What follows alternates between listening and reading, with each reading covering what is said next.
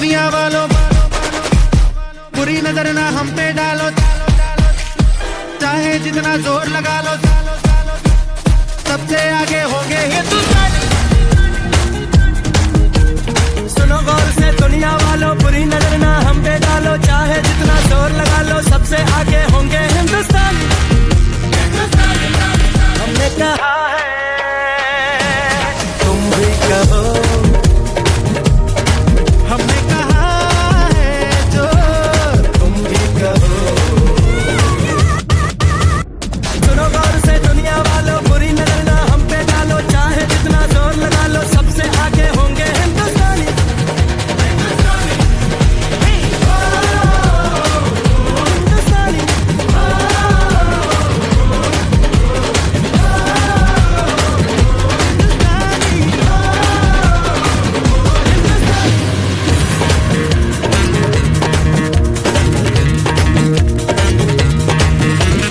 चलते शरारे हैं, पानी के धारे हैं, हम काटे कटते नहीं। वक्त है, उम्र है, जोश है और जान है, ना झुके ना मिटे, देश तो अब निशान है। हमने कहा है जो तुम भी कहो।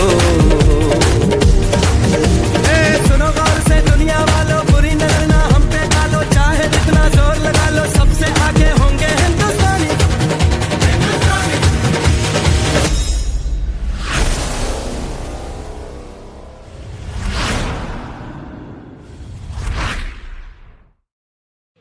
अध्यापक वर्मा जी, सांगित्रा जी, नागर जी एवं मधुमेह, बाकी के हमारे सारे साथी, हमारे चौधरी जी और हमारे साथ जो भी बहन हैं, इस कार्यक्रम में जो आज रखा गया है एकता दिवस के रूप में, एकता दिवस के रूप में जो आज हम मनाने के लिए एकत्रित हुए हैं, तो पहले हम एकत्रता को समझ लेते हैं। एकत्रता का अर्थ है हम सब एक हैं, कोई भी जाति, धर्म, संप्रदाय या किसी भी अन्य प्रकार की भाषा से हम कहीं अलग नहीं हैं, हम सब भारतीय हैं। यही विचार थे सरदार वल्लभ भाई पटेल के। उनको भारतीय राजनीति में कई नामों से जाना जाता है। एक तो सब जानते हैं कि सरदार वल्लभ भाई पटेल यानी सरदार की उपाधि, दूसरा लोहा पुरुष और तीसरा बहुत महत्वपूर्ण नाम से पुकारा जाता है उनको भारतीय राजनीति में बिस्मार्क या चाणक्य कहा जाता है।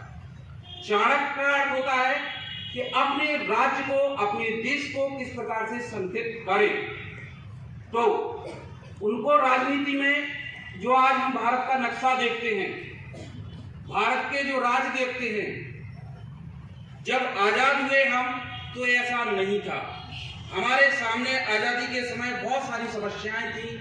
उनमें से एक बड़ी समस्या ये थी कि हमारे देश में कई छोटे छोटे राज्य जो 562 की संख्या में थे, अलग अलग थे। अंग्रेजों ने आजादी देने के लिए वादा तो किया हमसे, लेकिन उन्होंने एक रूल्स और डाल गए कि एक किस प्रकार से एक ना हो पाए। तो उन्होंने क्या किया कि सारे राजाओं को एक आश्वासन दिया कि तुम्हारे पास 3 ऑप्शन होंगे। पहला ऑप्शन ये होगा कि आप भारतीय गणराज्य में मिल जाएं, या दूसरा ये होगा कि आप स्वतंत्र रूप से शासन करें, और तीसरा कहा था उन्होंने कि आप चाहें तो पाकिस्तान से भी जाके मिल सकते हैं। तो कई राजा ऐसे थे, देशभक्त थे, इन्होंने भारतीय गणराज्य में खुशी खुशी से अपना योगदान दिया, हस्ताक्षर किए। लेकिन कई गणराज्य ऐसे थे जो सामूहिक रूप से नहीं आना चाह रहे थे, वो अपने स्वतंत्र राज करना चाह रहे थे, जिसमें से एक हमारा जूनागढ़, दूसरा हैदराबाद, तीसरा कश्मीर और चौथा था हमारा भोपाल। भोपाल हम जानते हैं हमारी राजधानी है। भोपाल भी एक ऐसा राज्य था जो सबसे अंत में भारत में आया। तो सामने समस्या क्या थी कि इन 562 लोगों को कैसे एक पिरोया जाए, एक माला में पिरोया जाए। तो हमारे सरदार वल्लभ भाई पटेल जी पहले उप प्रधानमंत्री, पहले गृह मंत्री रहे। इन्होंने अपनी सूझबूझ से सारे राज्यों को मना लिया। केवल 4 राज्य ऐसे बचे जो नहीं आना चाह रहे थे। वो चाह रहे थे कि हम अपना स्वतंत्र राज करें या पाकिस्तान में चले। जिसमें से 2 ऐसे थे जो पाकिस्तान के लिए जाना चाह रहे थे और 2 ऐसे थे जो स्वतंत्र रूप से रहना चाह रहे थे। स्वतंत्र रूप से रहना चाह रहे थे, पहला हमारा था भोपाल और दूसरा था हमारा कश्मीर। और जो पाकिस्तान से जाना चाह रहे थे, उनकी नजदीकियां पाकिस्तान से थी जूनागढ़ और हैदराबाद। लेकिन इनकी सूझबूझ से इन्होंने ऐसा कार्य किया कि ये सारे लोग अब उसमें मिल गए और गणराज्य बन गया। आज जो हम भारत का नक्शा देखते हैं वह और केवल हमारे लोह पुरुष की देन है कि हम भारत का जो गणराज्य बना वो इस प्रकार से बना। तो इनके जीवन के बारे में हम बहुत कुछ सीख सकते हैं, बहुत कुछ ऐसी चीजें हैं जो सबको पता है, लेकिन कुछ उनके जीवन की कहानियां ऐसी भी हैं जो हमें नहीं पता है, खासकर उनके बचपन की। मैं पहली उनके जीवन की सीख आप लोगों को बताना चाहता हूं कि वो 18 साल तक हाई स्कूल भी नहीं कर पाए थे अपनी पढ़ाई और बहुत अच्छे इंटेलिजेंट भी नहीं थे, लेकिन उनकी लगन 16 साल में उनकी शादी हो गई, फिर भी वो पढ़ने के लिए 18 साल तक, कि 18 साल में उन्होंने इंटर करा, फिर वकालत करी और विदेश पढ़ने के लिए भी गए। और दूसरा जीवन का उनका पड़ाव जब आता है राजनीति में प्रवेश, तो राजनीति का जो प्रवेश किया तो उन्हें राजनीति से कोई लगाव नहीं। उनका पहनावा पूरा विदेशी, उनका रहन सहन खान पान पूरा विदेशी, भारतीय राजनीति से बहुत ज्यादा कोई लगाव नहीं था। लेकिन गांधी जी के संपर्क में आने से उन्होंने अपना पूरा जो उनके विचार थे, जो उनका पहनावा था, सारा त्याग दिया और उसके बाद वो पूरे तरीके से गांधी जी को समर्पित हो गए। और ऐसे ही समर्पित नहीं हुए, गांधी जी के खुद अपने नियमों पर अड़ंग नहीं रहे, लेकिन लोहा पुरुष हमारे सरदार वल्लभ भाई पटेल जी पूरे नियमों पर उनके साथ खड़े उतरे। इसकी एक बनेगा ऐसे तय किया गया था। प्रांतीय समितियों ने 15 प्रांतीय समितियों में से 13 ने कहा कि हमारा प्रधानमंत्री कौन होगा, वल्लभ भाई पटेल जी। 2 ऐसी थी जो दूसरे लोगों को चाह रही थी, लेकिन कोई भी समिति ये नहीं चाह रही थी कि नेहरू जी को प्रधानमंत्री बनाए। बड़ी समस्या। गांधी जी चाहते थे कि प्रधानमंत्री नेहरू जी बने और किसी भी समिति ने उनको अनुमोदन नहीं किया। तो क्या हो, जब केंद्रीय समिति की बैठक हुई तो उसमें सारे लोगों ने कहा प्रधानमंत्री को बनना चाहिए, किसको, वल्लभ भाई पटेल जी को, सारी समितियों ने कहा। लेकिन गांधी जी नहीं चाह रहे थे, तो गांधी जी ने जानबूझकर एक प्रस्ताव किसके सामने रखा, वल्लभ भाई पटेल साहब के, कि आप बताओ कि प्रधानमंत्री जो राष्ट्रीय अध्यक्ष कौन बने।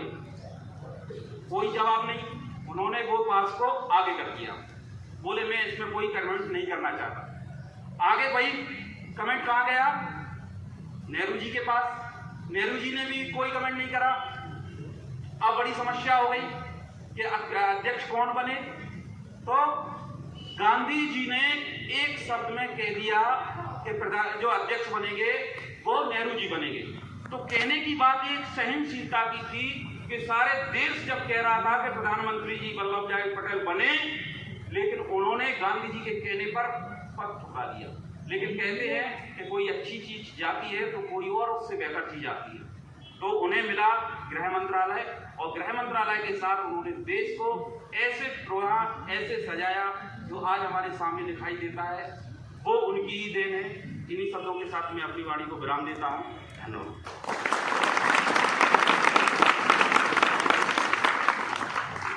जी, यशवंत सर ने बहुत ही बढ़िया तरीके से सरदार वल्लभ भाई जी पटेल जी की जीवनी के बारे में आपको बताया कि किस प्रकार से वो बहुत ही सहनशील और बहुत ही कर्मठ व्यक्ति थे, और उनकी इसी प्रकार से कर्मठ था और इसी के कारण, उनके कार्य के कारण उन्हें जो है लौह पुरुष कहा गया। इसी कड़ी में आगे हमारे श्रीमान चौधरी सर को मैं मंच पर आमंत्रित करूंगा कि वह भी जो है सरदार वल्लभ भाई पटेल जी के बारे में कुछ जानकारी दें। काफी कुछ सबने कह दिया। पहली बार हमने यश सर का एक नया चेहरा दिखा आज के, उनकी प्रखर वाणी वास्तव में दिखा रही कि वो सचमुच डॉक्टर साहब ही है, पढ़ाई के डॉक्टर। तो मैं आज के इस शुभ अवसर पर आदरणीय मंच और प्यारे बच्चों सभी को शुभकामनाएं प्रेषित करता हूं। जैसा कि मुझे आदेशित किया गया कि मैं भी आपके सामने 2 शब्द रखूं, तो मैं कहना चाहूँगा कि आज का अवसर जो है वो हमारे लिए, आज का दिन बहुत ही शुभ दिन है। जैसा कि सर ने बताया कि सरदार वल्लभ भाई पटेल का हमारे देश को आज़ादी में और स्वतंत्रता में काफ़ी योगदान रहा उनका। मैं थोड़ा सा उनके बारे में बताना चाहूँगा कि आज हम उनकी 148वीं जयंती मना रहे हैं। अगर वो आज जिंदा रहते तो शायद 148 साल के हो जाते हैं। आज ही के दिन जो है प्रतिवर्ष की बातें हम जो है हर्षोल्लास से मनाते आ रहे हैं। मैं उनके बारे में कुछ ये बताना चाहूँगा कि एक बार संसद में एक बहस हुई थी। बहस उससे होते चीन ने हमारे भारत पर आक्रमण करके कुछ जमीन जो है वो हड़प कर ली थी। ये इंगित करती कि वो उनमें देश प्रेम कितना भरा हुआ था। तो ऐसे सरदार वल्लभ भाई पटेल जो है हमारे देश के लिए उन्होंने काफ़ी कुछ किया उन्होंने, तभी तो हम आज उनको याद कर रहे हैं। जैसा कि मैं थोड़ा सा और ऐड करना चाहूँगा, सर ने बताया था कि ये जो 3-4 जो रियासतें थी ये शामिल नहीं होना चाह रही थी भारतीय गणराज्य में। तो उन्होंने हैदराबाद जो रियासत के जो निज़ाम थे उनको अल्टीमेटम दे दिया था कि यदि आपने रात की 14 अगस्त 1947 की अर्धरात्रि तक आपने अगर इसको विलय नहीं किया तो फिर हम सैन्य शक्ति के साथ हड़प कर लेंगे। तो हमारी सेना जो है हैदराबाद की तरफ जो है कूच कर गई थी उसको हड़प विलय करने के लिए। तभी इधर से जो है पाकिस्तान की सेना ने सोचा कि यार इनकी सेना उधर चली गई है, अपन कश्मीर को हड़प लो। तो इधर से उन्होंने आक्रमण कर दिया। तो इसीलिए तो फिर भारत को पता चले इतने वो LOC तक आ गए थे। फिर वही LOC पे उनको रोक दिया था, जहाँ पे रोक दिया वहाँ से उन्होंने LOC खींच ली, जबकि वो LOC अपने भारत का हिस्सा है। तो वो इस चक्कर में हुआ था। हैदराबाद सेना चली गई थी तो उन्होंने उसका फायदा उठाया पाकिस्तान में। तो ये काफ़ी घटनाक्रम रहे उस समय आज़ादी के समय। यदि और भी अगर अच्छी प्लानिंग होती, व्यवस्था नहीं होती हमारे नेतृत्व में तो शायद भारत का चेहरा कुछ अलग होता, ये विवादित स्थिति ना बनती। और भी बहुत सारी कहानियाँ हैं लेकिन मैं ज़्यादा डीप में नहीं जाना चाहूँगा। बस ये थोड़ा सा और प्रकाश डाल देना चाहूँगा कि अपने ये बहुत ही अच्छे वकील थे, सुप्रीम कोर्ट के वकील, बैरिस्टर थे सरदार वल्लभ भाई पटेल। तो इनमें एक लौह, जैसे कि नाम से उनको लौह पुरुष कहा जाता था, वो शारीरिक रूप से और मानसिक रूप से दोनों तरफ से ही पटेल। उनको लौह पुरुष क्यों बोलते हैं? उनके मन में इतना दृढ़ संकल्प था, अपनी देशभक्ति इतनी तीव्र थी कि उन्होंने किसी चीज की चिंता न करते हुए भी पूरे देश के अंदर जो टुकड़े थे उन टुकड़ों को मिलाने का काम किया, इसलिए उनको बुलाया है लौह पुरुष। हम ये जो शपथ है ये राष्ट्रीय एकता दिवस की शपथ ले रहे हैं अपन, ठीक है? तो पूरे मन से लेना, मेरे साथ रिपीट करेंगे।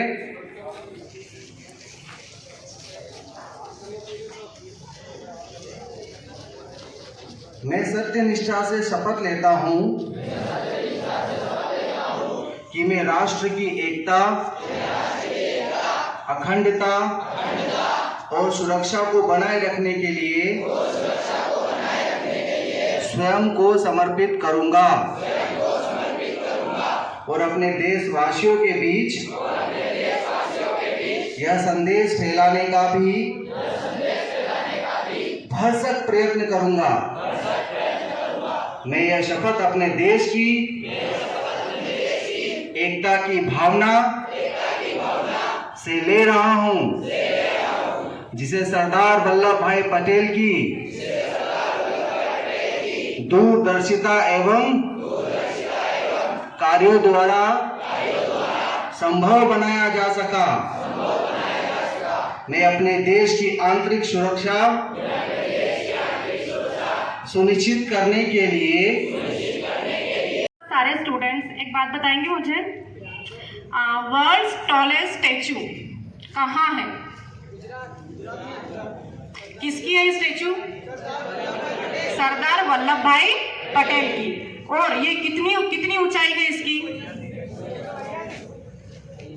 182 मीटर। और ये दुनिया की सबसे बड़ी मूर्ति है। और ये मूर्ति किस बात का प्रतीक है? एकता का प्रतीक है। Very good. और इसे कब बनाना प्रारंभ किया गया था? कोई जानता है? इसका शिलान्यास कब हुआ था और किसके हाथों हुआ था? हमारे माननीय प्रधानमंत्री नरेंद्र जी मोदी द्वारा किया गया था। कब किया गया था? आज ही के दिन 31 अक्टूबर 2013 को। और ये बन के कब तैयार हुई थी मूर्ति? आज ही के दिन इसका उद्घाटन भी किया गया था। 31 अक्टूबर 2018 को इसका उद्घाटन किया गया था। ठीक है। अच्छा, आप में से किसी ने विजिट किया है वहां? कोई गया? आप में से कोई गया है वहां? तो डू विजिट देयर, बिल्कुल जाइए और देखिए, क्योंकि कहीं और नहीं है। दुनिया की सबसे बड़ी मूर्ति कहीं और नहीं है। कहाँ है? हमारे ही देश में और हमारे ही पास पड़ोसी राज्य गुजरात में है। वैसे मैं भी नहीं गई हूँ। ठीक है, तो बिल्कुल आप सब भी जाना और मैं भी जाऊंगी वहाँ। ठीक है, तो बहुत अच्छा लगा कि आप बच्चों को इसके बारे में पता है। तो बिल्कुल वहाँ जाना और घूम के आना। मैं भी आऊंगी घूम के। ठीक है, thank you so much sir. आप सभी ने इतना कुछ बताया सरदार वल्लभ भाई पटेल के बारे में जो हमें भी नहीं पता था। तो इसी के साथ कार्यक्रम का समापन करती हूँ। सबको धन्यवाद देती हूँ। इसी के साथ जो हमारे कार्यक्रम की समाप्ति हो रही है। इस कार्यक्रम के माध्यम से हमें जो है एक राष्ट्रीय एकता के प्रतीक सरदार वल्लभ भाई पटेल जी के बारे में जानकारी लेने का मौका मिला और कहीं ना कहीं हमने काफ़ी सारी जानकारी जो हमें नहीं थी वो जानकारी प्राप्त की। तो इन जानकारियों को केवल जानकारी के रूप में नहीं, हमारे जीवन में इसका अनुसरण भी करना है। तो जो राष्ट्रीय एकता के रूप में, राष्ट्रीय एकता कहाँ से शुरू होगी? हमारे विद्यालय से शुरू होगी। तो जिस प्रकार हम राष्ट्रीय एकता की अपेक्षा करते हैं, इस प्रकार से हमारे स्कूल में भी एक एकता की हमें ज़रूरत है। तो मैं उम्मीद करता हूँ कि सभी बच्चे जो है यहाँ पर एकता से जो है सहयोग से इस स्कूल के संचालन में जो है हमें सहयोग देंगे। तो जिस प्रकार से सर ने कई सारी आपको बताया कि कई नई सारी गतिविधियां होने वाली हैं और सीएम राइज स्कूल का एक नए आगाज की शुरुआत हो रही है, नए दौर के आगाज की शुरुआत हो रही है यहाँ से। तो आप लोगों से हमें जो है एक सहयोग की अपेक्षा है और आपने जिस प्रकार से आज कार्यक्रम में हमें काफ़ी सहयोग किया, तो उसके लिए मैं चाहता हूं कि आप लोग एक बार अपने लिए जोरदार तालियां बजाएं कि आपने बहुत ही शांतिपूर्ण तरीके से कार्यक्रम को संचालित करके और इसी के साथ ही मैं हमारे सभी शिक्षकगण, सभी जो है छात्रों को मैं धन्यवाद चाहता हूं कि हमारा कार्यक्रम आज बहुत ही सफल रहा। इसके साथ ही जो है आप अपनी अपनी कक्षा में जो है